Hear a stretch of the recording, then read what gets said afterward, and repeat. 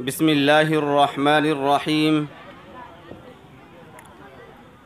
نحمده ونستعينه ونستغفره ونؤمن به ونتوكل عليه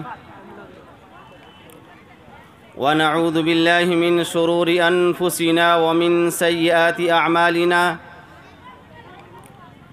من يهده الله فلا مضل له ومن يضلله فلا هادي له ونشهد أن لا إله إلا الله وحده لا شريك له ولا نذير له ولا مشير له ولا ناصر له ونشهد أن سيدنا وسندنا ومولانا محمدًا عبده ورسوله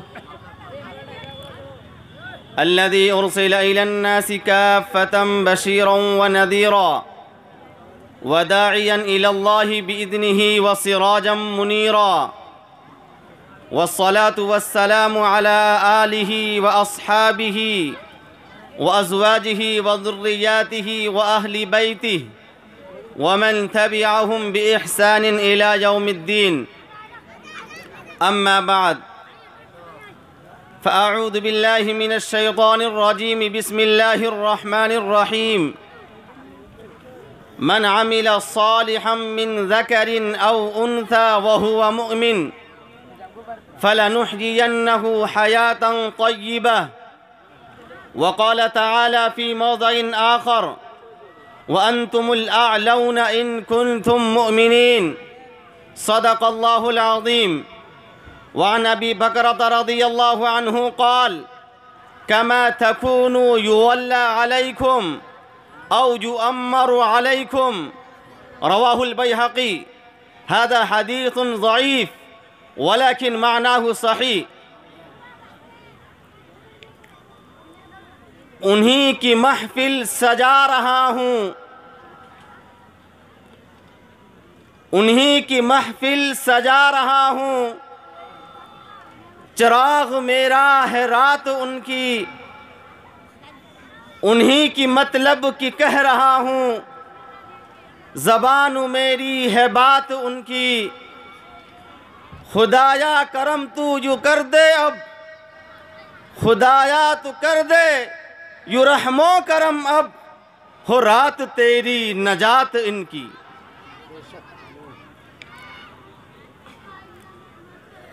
سیرت سیدہ فاطمہ رضی اللہ عنہا کے عنوان سے منعقدہ اس عظیم الشان اجلاس میں شرکت کرنے والے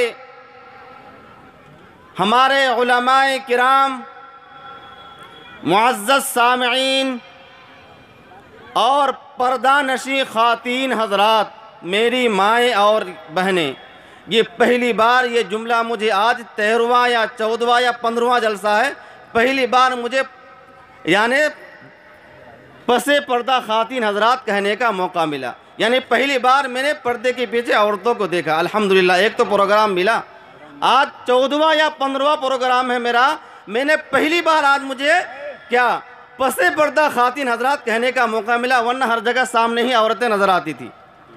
خیر، اللہ ایسے ہی باقی رکھے، ایسے ہی سب کو عمل کرنے کی توفیق دے کہ جو پردے میں رہنے کی چیز ہے انہیں پردے میں ہی رہنے کی توفیق عنایت کریں۔ السلام علیکم ورحمۃ اللہ وبرکاتہ۔ دوستو، میری عادت یہ ہے کہ جب بھی میں کسی پروگرام یا کسی جلسے سے مخاطب ہوتا ہوں، عموماً میں ایک مضمون کو لے کر چلتا ہوں، چاہے 10 منٹ 20 50 منٹ بولنا ہوتا ہے میں اسی موضوع پر بولتا ہوں، لیکن آج میں حالات حاضرہ کے پیش نظر میری گفتگو چند چیزوں پر مشتمل رہے گی۔ سب سے پہلے میں نے قرآن کریم کی آیت کریمہ تلاوت کی ہے اور نبی کریم کی حدیث بھی پڑھی ہے۔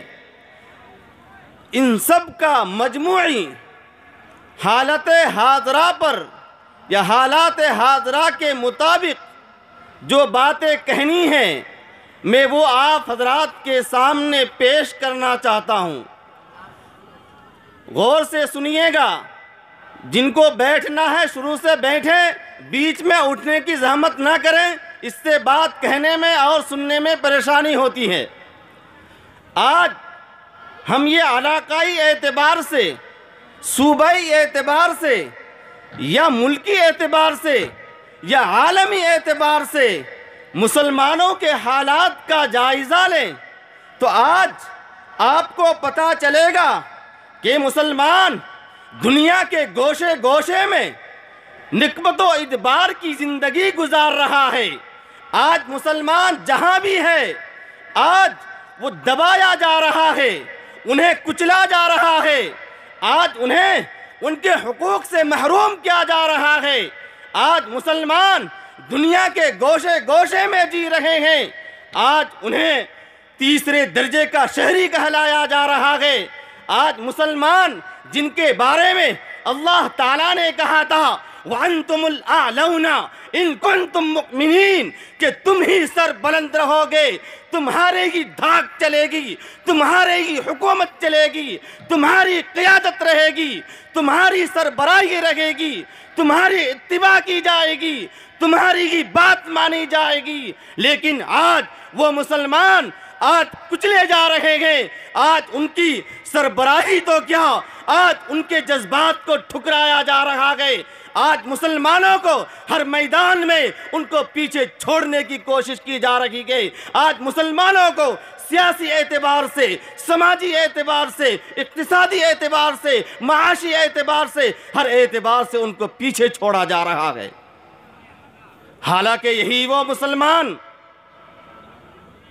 تاریخ اٹھا کر دیکھیے کہ جن کی حکومت صرف مسلمانوں پر نہیں، صرف انسانوں پر نہیں، ان کی حکومت جانوروں پر چلتی تھی۔ ان کی آواز کو جانور بھی سمجھتے تھے۔ ان کی آواز کو سن کر جنگل کے درندے، پرندے، چرندے ان کی آواز کو سن کر وہ کپ کپا جاتے تھے۔ انہیں مسلمان کی آواز میں وہ دم تھا، وہ کپ کپاہٹ تھی کہ جن کی آواز کو سن کر جنگل کے درندے بھی نکلنے پر مجبور ہو جاتے تھے۔ مگر آج وہ مسلمان، آج اس دنیا کے اندر ان کی کیا حیثیت ہے، آج انہیں کیا سمجھا جا رہا ہے، آج انہیں کیسے پیچھے دھکیلا جا رہا ہے۔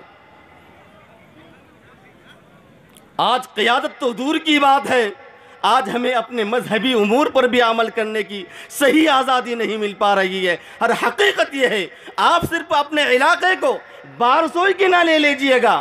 بارسوئی میں آپ 60 سے 65% لوگ ہیں، مسلم آبادی بارسوئی کے اندر 60 سے 65% ہے۔ آپ دوسرے علاقے میں جائیں جہاں 1% مسلمان رہتے ہیں، ان ضلعوں میں جائیں جہاں 5% مسلمان رہتے ہیں، ان صوبوں میں جائیں جہاں پر 2%، 3% مسلمان رہتے ہیں، وہاں پر مسلمانوں کو کس طرح سے پریشان کیا جا رہا ہے یہ کسی پر مخفی نہیں ہے۔ آپ آئے روز دیکھتے ہیں اخبارات میں، رسائل میں، خبروں میں، ٹی وی کے ذریعے، ریڈیو کے ذریعے، موبائلوں کے ذریعے آپ گھر بیٹھ کر سن رہے ہیں کہ کبھی لاؤڈ اسپیکر پر اذان کو لے کر یہ بات کہی جاتی ہے کہ اس سے شور مچتا ہے، لہذا لاؤڈ اسپیکر پر اذان نہیں پڑھی جائے۔ کبھی ان پر اعتراضات کیے جاتے ہیں، کبھی قرآن کے آیت کو لے کر یہ آواز اٹھائی جاتی ہے کہ ان آیت کو قرآن سے نکالا جائے، ان سے ہمارے ایمانی جذبات کو مجروح کیا جاتا ہے۔ کبھی برقعے پر آواز اٹھا کر کے ہماری مسلم بچیوں کو نہ جانے کتنے حقوق سے ان کو دور رکھا جاتا ہے۔ کبھی ہمارے آقا انعامدار تاجدار مدینہ محمد الرسول اللہ صلی اللہ علیہ وسلم کی شان میں گستاخی کر کے ہمارے ایمان جذبات کو ٹھیس پہنچایا جاتا ہے۔ گویا کہ من جملہ طور پر، مجموعی طور پر آج ہمیں اپنے دین پر بھی صحیح سے عمل کرنے کی آزادی نہیں ہے۔ اور آج کا دور زمانے کا معاملہ تو دیکھ لیجئے، پچھلے 1.25 سال سے کورونا کے بہانے سے نہ جانے کون سی ایسی آفت ہے کہ جس کے بہانے 1.5 سال تک خصوصاً مدارس اسلامیہ کو بند رکھا گیا، مساجدیں بند کر دی گئیں، اور آج تک حالات صحیح رخ پر نہیں آئے تھے، لیکن پھر دوبارہ آج اس سازش رچ کر لوگوں کو خصوصاً مدارس والوں کو نقصان پہنچانے کے لیے چور دروازے سے وہ نہ جانے کیسی کیسی سازشیں رچ کر آج ہمیں کورونا کے بہانے کورونا سے ڈرا کر آج ہمیں گھروں میں بند کیا جا رہا ہے۔ اگر آپ صحیح دل والے ہوں گے، صحیح سوچ آپ کے اندر ہوگی، تو اس کورونا کے بہانے سے جتنا نقصان مسلم قوم کو، مدارس والوں کو ہوا ہے، اتنا نقصان کسی کو نہیں ہوا ہے، کسی کو نہیں ہوا ہے۔ اور آج رمضان قریب آیا، دوبارہ لاک ڈاؤن لگانے کی کوششیں جاری ہے۔ ہندوستان کے مختلف شہروں میں یہ اعلان کر دیا گیا کہ فلاں دن سے لاک ڈاؤن ہے، فلاں ٹائم سے فلاں ٹائم تک لاک ڈاؤن ہے۔ ارے بابا کیا ہے یہ؟ کیا ہے؟ کون سی مصیبت ہے؟ کیا بلا ہے؟ روزانہ ٹی وی سے مرنے والوں کی تعداد، ٹی وی کے مریض جتنے ہوتے ہیں، ان سے مرنے والوں کی تعداد ہندوستان کے اندر 50 سے زیادہ ہے۔ کسی کو خبر ہے ٹی وی کے بارے میں؟ کوئی احساس کرتے ہیں؟ یعنی کسی کو احساس ہے؟ کوئی ڈرتے ہیں؟ نہیں۔ اس کورونا کی حیثیت اگر ہے بھی، مرض ہے بھی، تو 1 سے 1.5 سے 2% ہے، لیکن آج ایسا ہوا بنا رکھا ہے، آج ایسی سازشیں رچی جا رہی ہیں چور دروازے سے کہ سارا ٹھیکرا ان مدارس اور اسلامیہ اور ان مولویوں پر ان کا پھوڑنا چاہتے ہیں۔ اور ہم بھی یہ کہہ کر کیا کر لیتے ہیں؟ دل کو تسلی دیتے ہیں کہ یہ سازش رچ رہے ہیں، یہ ان کی سازش ہے، اس سے کام نہیں چلے گا۔ آخر یہ سازش کیوں رچ رہے ہیں؟ اتنی ہمت کیسے ہوئی؟ یہ سازش کیوں رچ رہے ہیں؟ کمی کہاں ہے؟ آج ہم یہ کہتے ہیں مودی خراب ہے، امت شاہ خراب ہے، یوگی خراب ہے، ٹرمپ خراب ہے، برطانیہ کا پریسیڈنٹ خراب ہے، روس کا پریسیڈنٹ خراب ہے۔ غلطی کا ٹھیکرا دوسرے کے اوپر پھوڑتے ہیں، کبھی اپنے گریبانوں میں جھانک کر نہیں دیکھتے۔ حضرت حسن بصری رحمۃ اللہ علیہ فرمایا کرتے ہیں کہ حجاج ابن یوسف کے زمانے کے ہیں وہ کیا سن رہے ہیں ایک آدمی کی منہ سے کہ اللہ حجاج کو تو ہلاک کر دے۔ حجاج کون ہیں؟ حجاج ابن یوسف وہ ہیں جن کو اللہ نے حکومت دی تھی، اس نے حکومت کی بھی ہے، ظلم بھی کیا ہے لوگوں پر، ان کا ظلم مشہور ہے۔ وہ کیا کر رہا ہے؟ بد دعا دے رہا ہے، کس کو؟ حاکم وقت کو، جو بادشاہ ہے۔ تو حسن ابن بصری رحمۃ اللہ علیہ کہتے ہیں لا تفعل، ایسا نہ کرو، تم بد دعا نہ دو۔ کیا کہہ رہے ہیں؟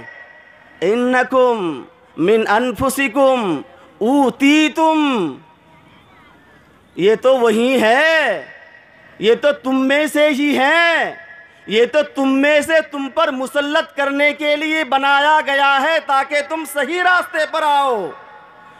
یہ کوئی اللہ تم پر ظلم نہیں کروا رہا ہے، زیادتی نہیں کروا رہا ہے، یہ تمہارے اعمال کی وجہ سے تم پر یہ مسلط کر دیا گیا ہے۔ جیسے کہ اللہ تعالیٰ فرماتا ہے وَمَا أَصَابَكُم مِّن مُّصِيبَةٍ فَبِمَا كَسَبَتْ أَيْدِيكُمْ، کہ جو مصیبتیں تم کو پہنچتی ہیں، جو پریشانیاں تم جھیل رہے ہو، یہ اللہ کی طرف سے کوئی عذاب نہیں ہے، یہ اللہ کی طرف سے کوئی ظلم نہیں ہے، کوئی زیادتی نہیں ہے، یہ تمہارے کیے ہوئے اعمال کا نتیجہ ہے۔